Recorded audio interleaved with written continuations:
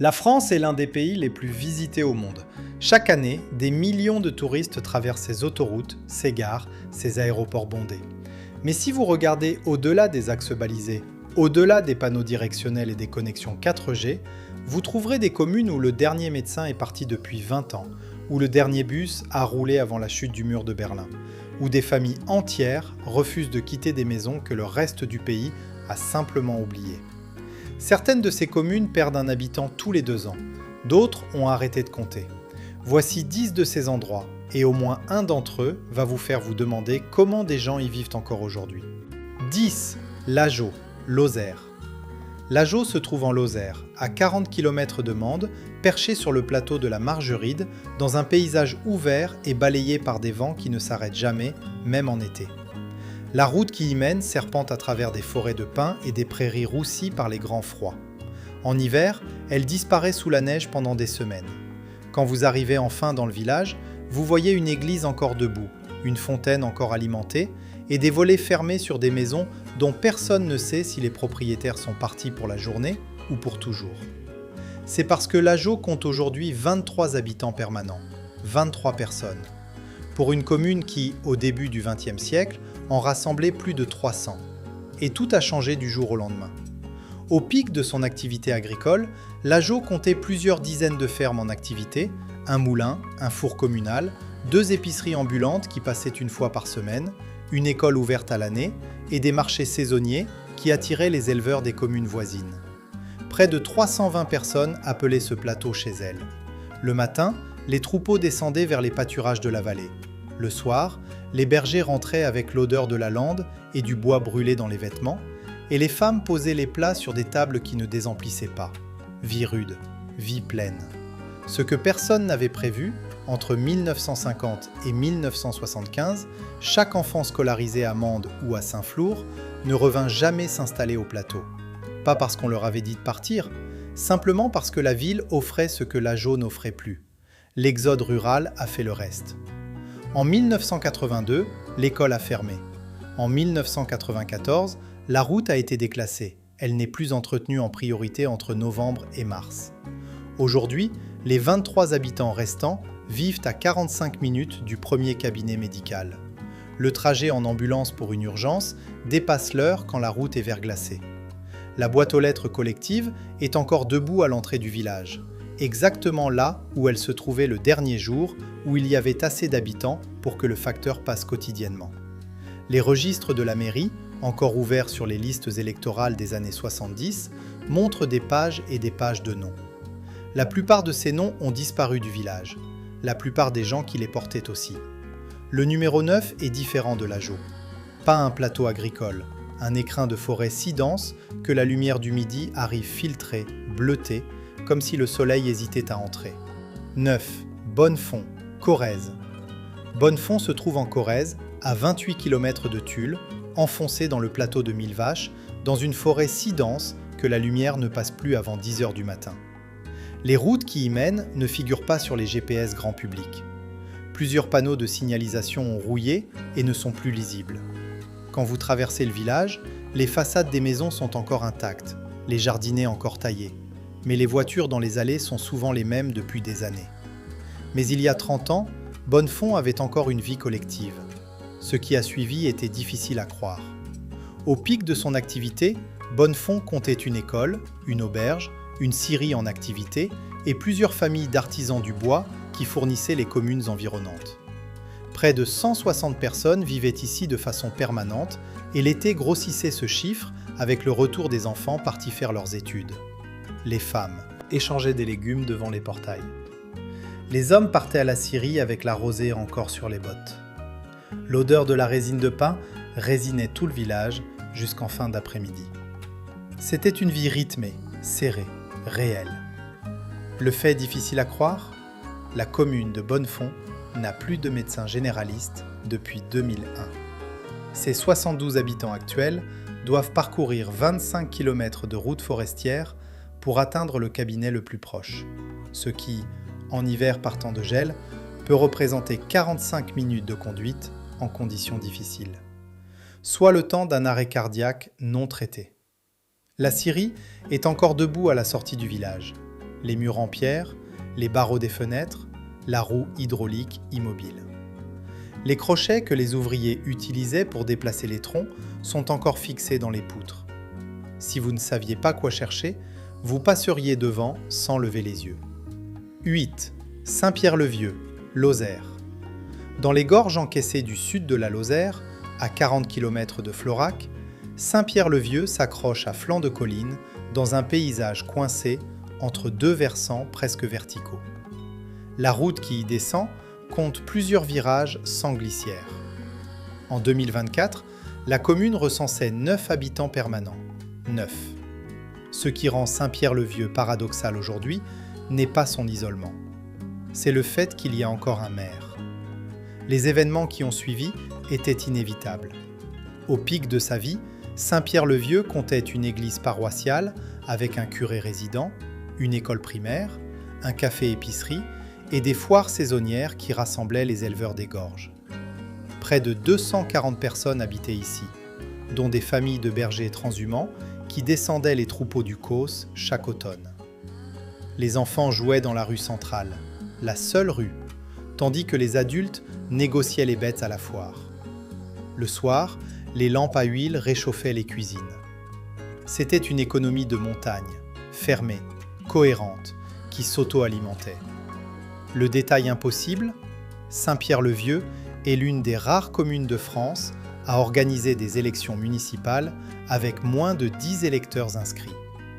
Le bureau de vote ouvre, les machines à voter sont acheminées, le préfet supervise, tout le protocole républicain, pour 9 personnes. Lors des dernières élections, le quorum était atteint avec 7 bulletins. La liste électorale est encore affichée à la mairie, exactement là où on la pose depuis des décennies. Les noms ont changé, mais il y en a toujours 9. Les avis de convocation électorale, que la préfecture envoie chaque année à chaque électeur inscrit, arrivent encore dans les boîtes aux lettres du village. La plupart des Français ne savent même pas que ce village existe. La Lozère revient sans cesse dans ce genre de liste. Il y a une raison à cela.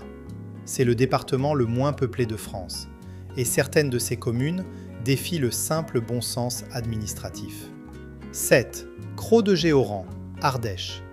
Cros-de-Géoran se trouve en Ardèche, à 35 km du Puy-en-Velay, perché à 1300 mètres d'altitude sur le plateau du Mézinc, dans un paysage de basalte noir, battu par des vents polaires 6 mois par an. La commune compte aujourd'hui environ 110 habitants permanents. Le dernier service régulier de bus desservant le village a été supprimé en 1992. Depuis cette date, il n'existe aucun transport en commun permettant d'atteindre ou de quitter le village sans voiture. Mais 150 ans plus tôt, ce plateau était une voie de passage. En quelques mois, tout a basculé. Au pic de son activité, Cros-de-Géoran comptait un relais de diligence, une forge, 2 auberges, une école laïque et une école confessionnelle, et des familles d'éleveurs de bovins de race Mézinc réputées dans toute la région.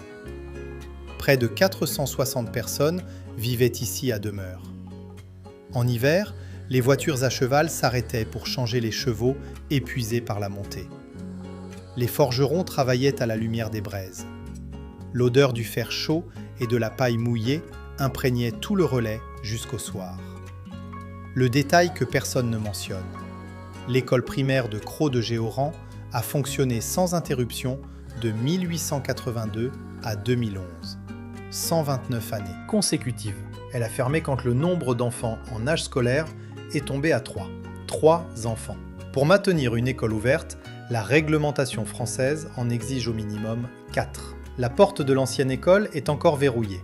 Le même cadenas que le dernier directeur a posé le dernier jour de classe. Les cahiers des élèves, disent les habitants, sont encore dans un placard à l'intérieur. Les tableaux noirs avec les dernières leçons inscrites. Personne n'est entré depuis. La plupart continuent. C'est tout.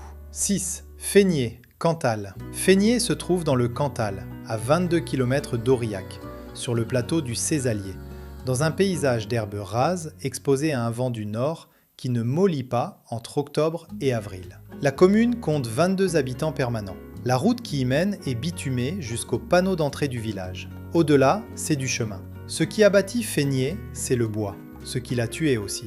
Et tout a changé du jour au lendemain. Au pic de son activité forestière, Fénier comptait une scierie coopérative, un dépôt de matériel agricole, une école primaire et un café qui tenait lieu de bureau de poste informel. Près de 180 personnes vivaient ici toute l'année, et l'automne amenait des équipes de bûcherons saisonniers qui gonflaient ce chiffre d'une 50aine d'hommes supplémentaires. Le matin, les scies circulaires hurlaient dès 6 heures. Les camions de grumes sortaient du village les uns après les autres, chargés à ras-bord. L'odeur de résine et de sciure imprégnait les rues jusqu'en soirée. C'était une vie de travail, pas de contemplation, pas d'incendie, pas d'inondation, pas d'accident industriel. La scierie coopérative a fermé en 1971 quand la mécanisation massive de l'industrie forestière a rendu le modèle local non viable. En 10 ans, les 2/3 des habitants étaient partis. En 20 ans, la commune avait perdu 90% de sa population. Le panneau de la coopérative est encore vissé au mur du bâtiment principal. Les caractères peints à la main en noir sur fond blanc. Le nom de la coopérative, les années de fondation. La liste des membres fondateurs, encadrée, est encore accrochée à l'intérieur, exactement là où elle était lors de la dernière réunion du conseil d'administration. La plupart des gens passent devant sans jamais s'arrêter. Si Fénier vous a déjà convaincu, abonnez-vous. La suite est encore plus difficile à croire. 5. Mijanès, Ariège. Mijanès se trouve en Ariège, à 50 km de Foix, dans la vallée du Donezan, coincé entre deux massifs pyrénéens à 1360 mètres d'altitude, ce qui en fait la commune habitée la plus haute de l'Ariège. La route qui y descend depuis le col de Paillères est fermée à la circulation entre novembre et avril, parfois jusqu'en mai selon l'enneigement. Pendant 5 mois par an, Mijanès n'est accessible que par les pistes forestières. La commune compte 46 habitants permanents, mais ans plus tôt, Mijanès était une station thermale. Ce qui a suivi était difficile à croire. Au pic de sa période thermale, Mijanès comptait un hôtel avec buvette d'eau sulfureuse, une pension de famille, un casino de salon, 2 guides de montagne professionnels et une école ouverte 9 mois sur 12. Près de 230 personnes vivaient ici à demeure, et l'été en amenait plusieurs centaines supplémentaires, venus prendre les eaux et marcher sur les crêtes. Les calèches montaient depuis Ax-les-Thermes. Les femmes en robe longue se promenaient sur le seul chemin pavé du village. C'était une élégance absurde à cette altitude. Le fait impossible, la source thermale de Mijanès n'a pas tari. Elle coule encore aujourd'hui. L'eau sort du sol à la même température, avec la même composition minérale qu'au XIXe siècle. Elle n'a jamais été détournée, jamais asséchée. La station a fermé non pas parce que la source s'est épuisée, mais parce que la clientèle est allée ailleurs, à Ax, à Luchon, aux stations plus accessibles. La ressource était là, les gens, non. La fontaine de la source est encore debout au centre du village. Le bac en pierre, le robinet de bronze encore fonctionnel. L'eau coule encore quand on ouvre le robinet. Les médecins qui prescrivaient ces eaux il y a 100 ans ont depuis longtemps disparu. La plupart des habitants actuels ne savent pas que la source était jadis réputée dans toute la région. 4. Paulac en Margeride, Haute-Loire. Paulac en Margeride se trouve en Haute-Loire, à 32 km de Brioude, sur le plateau de la Margeride, dans un paysage de granit rose et de genêt, exposé à des vents qui soufflent 300 jours par an, selon les mesures météorologiques locales. La commune compte aujourd'hui 190 habitants permanents. Elle possède encore une mairie, une salle des fêtes, une église. Ce qu'elle n'a plus, un médecin, une épicerie, une école, un distributeur de billets. L'État a décidé. En quelques mois, tout a basculé. Au pic de son activité agricole et forestière, Paulac en Margeride comptait 2 fermes laitières coopératives, une fromagerie locale, un marché mensuel sur la place centrale, une école avec 2 classes et un instituteur-directeur. Près de 540 personnes habitaient ici. La fromagerie envoyait chaque semaine ses fourmes vers les marchés d'Issoire et de Brioude. Les troupeaux de bovins de race Salers marquaient le paysage de leur silhouette rousse. L'hiver, les familles se regroupaient pour les veillées. Les enfants savaient les prénoms de tous les adultes du village. La fromagerie coopérative a été rachetée par un groupe industriel en 1978, relocalisée et fermée en 1981. L'école a suivi en 1996, quand les effectifs sont tombés sous le seuil réglementaire. Le médecin généraliste a pris sa retraite en 2009 sans successeur. En 40 ans, Paulac a perdu 65% de sa population, service public après service public. Le registre des délibérations du conseil municipal est encore dans le bureau de la mairie. Les pages des années 70 sont remplies de décisions de construction, d'investissement, de projets. Les pages des années 2000 commencent à parler de fermeture. La plupart continuent. C'est tout. Le numéro 3 a survécu à 2 guerres mondiales, à la dépopulation du XXe siècle, à des hivers qui tuaient les bêtes dans les étables. Et c'est la bureaucratie qui est en train de l'achever. 3. Les Estables, Haute-Loire. Les Estables se trouvent en Haute-Loire, à 25 km du Puy-en-Velay, perché à 1350 mètres d'altitude sur le massif du Mézenc, dans un paysage de basalte noir et de prairies où la neige tient parfois jusqu'en juin. La commune compte 130 habitants permanents. En été, des randonneurs viennent pour les sentiers du Mézenc. En hiver, personne ne vient. Ce qui rend les Estables étranges aujourd'hui n'est pas son altitude, c'est son statut. Les événements qui ont suivi étaient inévitables. Au pic de son activité pastorale, les Estables comptaient 3 fermes d'estive en activité permanente, un fromager itinérant, une école primaire mixte, un café-hôtel qui hébergeait les marchands de passage et une forge qui équipait les bêtes pour la montée vers les alpages. Près de 380 personnes y vivaient à l'année. Au cœur de l'été, les prairies à 1300 mètres bruissaient du bruit des cloches des troupeaux. L'air sentait l'herbe fraîche, le foin coupé, la résine des sapins qui commençait à 50 mètres plus haut.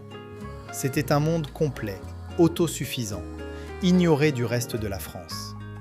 Le fait qui doit sonner fabriqué, mais qui est documenté, la commune des Estables est classée zone de revitalisation rurale depuis 1994, ce qui signifie qu'elle bénéficie d'exonérations fiscales pour attirer des entreprises. En 30 ans de classement, aucune entreprise ne s'y est installée. Les exonérations ont été renouvelées automatiquement tous les 5 ans. La paperasse continue de circuler. Le village continue de se vider. Pour un endroit qui a nourri et chauffé ses habitants pendant 6 siècles sans aucune aide extérieure, voilà ce qui reste. Un formulaire de revitalisation rurale, coché chaque quinquennat, pour un village que personne ne vient revitaliser. La fenêtre du bureau de la mairie donne sur le plateau vide. La plupart des élus qui ont signé ces formulaires n'ont jamais mis les pieds ici. Le numéro 2 est différent de tout ce que vous venez de voir. Pas un village qui se vide lentement, un village qui refuse activement. 2. Recoul d'Aubrac, Aveyron.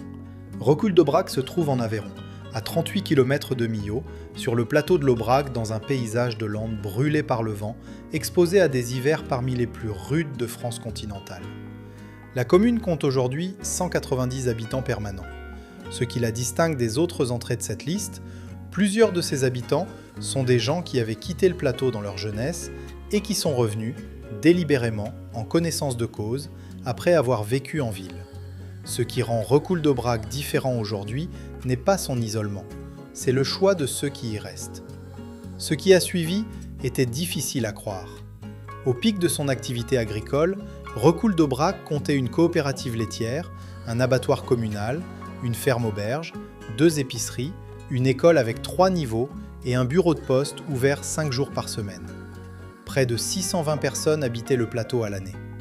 Le plateau d'Aubrac était réputé pour ses vaches de race Aubrac, robustes, à la robe froment, qui descendaient chaque automne dans une transhumance que les habitants préparaient des semaines à l'avance. L'odeur de la tourbe brûlée dans les foyers, le son des cloches des bêtes au crépuscule, c'était une vie qui répondait à ses propres règles. Le détail qui surprend, plusieurs familles revenues s'installer à Recoul d'Aubrac depuis 2015 sont des anciens habitants ou leurs enfants. Des personnes qui avaient connu la vie urbaine, les salaires urbains, les commodités urbaines, et qui ont choisi de revenir sur ce plateau à 2 heures du premier aéroport, sans médecin attitré, sans école, sans supermarché. Certains le disent clairement dans les entretiens journalistiques, ils savent ce qu'ils perdent, ils savent ce qu'ils gagnent. Pour un village que tous les indicateurs désignent comme voué à disparaître, voilà ce que ça donne. des habitants qui reviennent.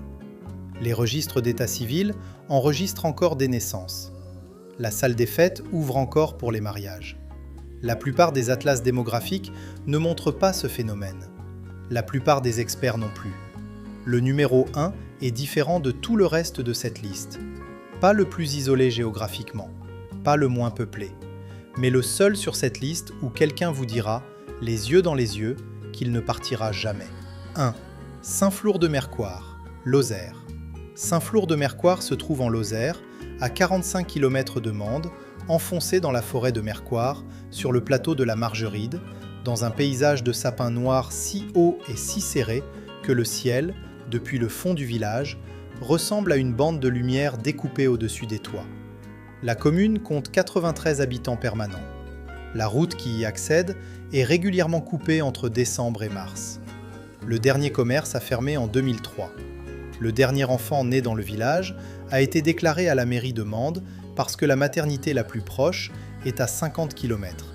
Ce qui a effacé Saint-Flour-de-Mercoire, ce n'est pas une catastrophe, c'est le temps.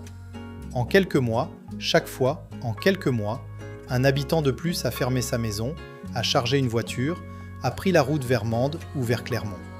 Et la forêt, qui entourait déjà le village de tous côtés, a avancé d'1 mètre de plus. Au pic de son activité pastorale et forestière, Saint-Flour-de-Mercoire comptait une scierie communale, un moulin à eau sur le Chapeau-Roux, une école mixte, un bureau de poste, un café-épicerie et plusieurs fermes laitières qui fournissaient le marché de Mende. Près de 510 personnes vivaient ici toute l'année. Le matin d'hiver, les fumées des cheminées montaient droit dans l'air glacé et le village avait une odeur de bois brûlé mêlée à celle du pain chaud que la boulangère sortait avant 7 heures. C'était un village qui se connaissait entièrement, de noms, de visages, d'histoire familiale. Chaque naissance était connue de tous avant midi. Le fait impossible, parmi les 93 habitants actuels, plusieurs sont là depuis plus de 40 ans, sans avoir jamais quitté le village plus de quelques semaines. Pas par incapacité, par choix. Une femme de 78 ans, dont la famille est dans le village depuis 5 générations, expliquait en 2019 à un journaliste local qu'elle ne comprenait pas pourquoi on lui posait la question. « Partir pour quoi faire ?» a-t-elle dit. « Tout ce que j'ai est là. » Pour un village que l'État a classé en zone de déclin démographique prioritaire depuis 1975, voilà ce que ça donne. Des gens qui refusent le déclin. La liste électorale compte encore 93 noms. La cloche de l'église sonne encore le dimanche. Pas pour une messe, il n'y a plus de curé depuis 2011, mais parce qu'un habitant tire la corde chaque semaine. Par habitude, par mémoire, par refus de laisser le silence s'installer définitivement. La plupart des gens n'ont jamais entendu le nom de ce village. La plupart ne sauront jamais qu'il existe encore. La plupart continuent. C'est tout. Il y a en France des centaines de communes comme celle-là. Des endroits que les cartes montrent encore, que les codes postaux référencent encore, que les maires administrent encore, mais que le pays réel a déjà abandonné. Certains de ces villages disparaîtront dans les 20 prochaines années. D'autres résisteront encore un siècle. On ne sait pas lesquels. Si tu connais un endroit comme cela, laisse son nom en commentaire. On l'a peut-être déjà trouvé. On ne l'a peut-être pas encore trouvé.